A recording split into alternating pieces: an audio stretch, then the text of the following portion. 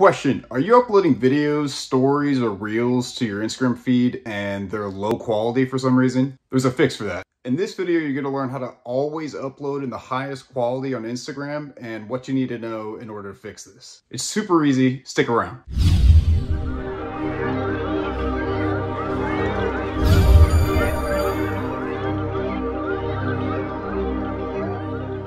Here's what you do.